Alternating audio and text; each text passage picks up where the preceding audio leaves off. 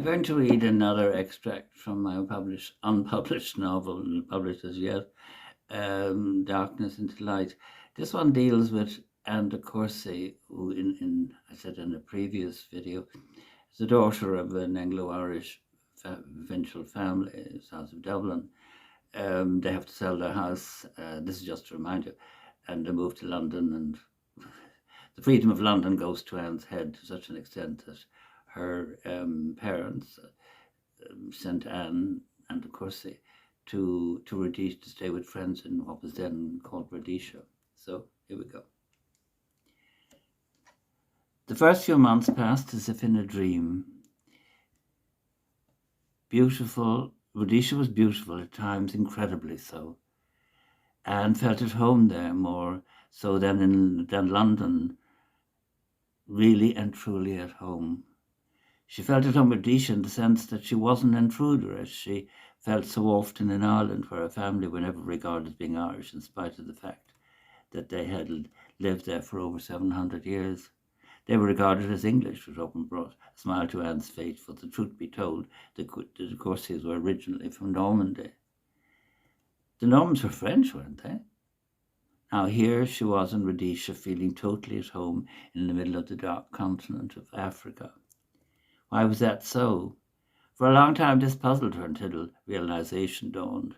Now she was part and parcel of a group, all of whom fitted in. There were no prejudice. She has much right to be here as any of the others, English, American, a few Germans, and some South Africans. The latter a dour lot, to be sure. But none questioned her right to be here. It was a pity that they assumed she was English. But when it boiled down to it, what was her real nationality? Where did she belong? Maybe here in Africa. As regards the blacks, well, she hadn't worked that one out yet. She would in time, but not the usual cant of being here to raise them up from the dirt. That was missionary Tommy rot. In the meantime, she had a lot of living to catch up on. She was staying with a friend of her mother's, a Mrs. Glendenning, and together they saw the usual sights, Kariba Dam, Whange, Wild Park, and then Victoria Falls. But nothing, absolutely nothing, prepared her for the sight of millions of tons of water toppling over at cliffs, seemingly as wide as the horizon and thundering on to the rocks below, throwing up spray that created a rainforest a few yards wide.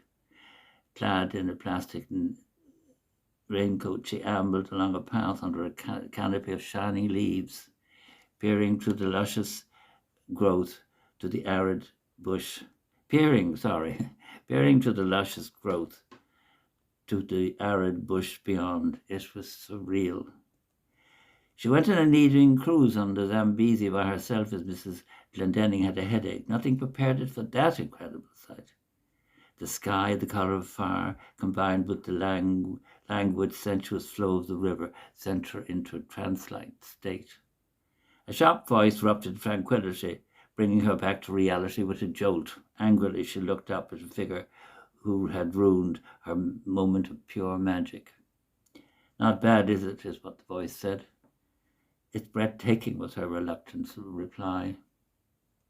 The man was silhouetted against the sky, and that was quickly drained of colour, of a spectacular colour. It took a few moments before she saw him clearly. Andrew Rhys-Jones was tall and slim, with darkish curly brown hair and a moustache and a broad smile, and of course she fell madly in love with him in the days that followed. She would always associate the sandalwood scent with him. 6 months later they were married. Muriel, of course, was beside herself with joy. Her husband smiled contentedly. It had been right to send Anne to Africa. In the beginning, Anne thought herself in paradise. Allendra's farmhouse was beautiful, built in the Boer style, with a thatched roof, white walls, cool verandas, and tiled floors within. The black servants, of whom there were many, moved as silently as shadows. Before long, that drove her to distraction, that in the eternal dust and the dry bush. She yearned for a touch of green and nice people. The nearest neighbour lived 50 miles away, A 2 or sometimes 3 hour journey driving along a track that in dry season resembled a rocky riverbed and a gully of oozing mud in the rains. Then when they arrived, the men would start the incredible drinking, the inevitable drinking, while the women gossiped about people Anne didn't know. And how malicious they were, these beautifully clad, pampered women who never left their houses without hats and spotless white gloves. Pampered women who looked on their servants as domesticated animals of a breed vast inferior to their spoiled dogs. There was a touch of abandon in the life in the colony, and abandon that bordered on decadence. Never would Anne forget a lunch where the guests reclined on couch eating smoked chicken. Afterwards, the bones were thrown to the dogs that milled around the room. It brought to mind images of ancient Rome. Alistair drank heavily, which didn't seem out of the ordinary at first, as everyone Anne met drank a lot too. It was a way of passing the time. It was only when she realized that she too was drinking more and more gin every day that she realized she had a problem. She began to wonder if there was a problem regarding her marriage too, and decided to go to Salisbury to see Mrs. Glendinning. "Why did you marry me?" she asked Alistair soon after her return. "What are you on about?" He held a glass of whisky questioningly in the air. "You went to Victoria Falls to find yourself a wife, and there I was, a foreigner, who knew nothing about you. Apparently no decent girl in Salisbury would have anything to do with you." "That's baloney." "It's not. I eventually dragged it out of Mrs. Glendinning. She thought I'd change you." "You will," he gave his usual seductive smile he resorted to when cornered. "Give me time. You will never change. People like you will never do. That's the trouble. Oh, what a fool I was." "I'll give up drink tomorrow if that'll do the trick," he smiled. Again, less broad this time. "If only I could believe that. But I can't. I'd be a greater fool if I did. Come on, let's go to bed.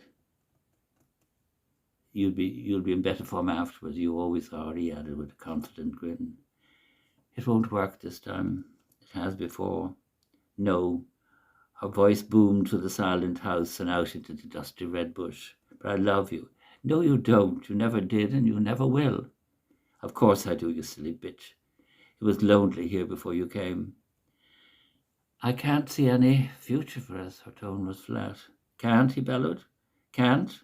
I'll show you." So quick were Alistair's movements that Anne wasn't conscious of him approaching until she felt the sting of his riding crop.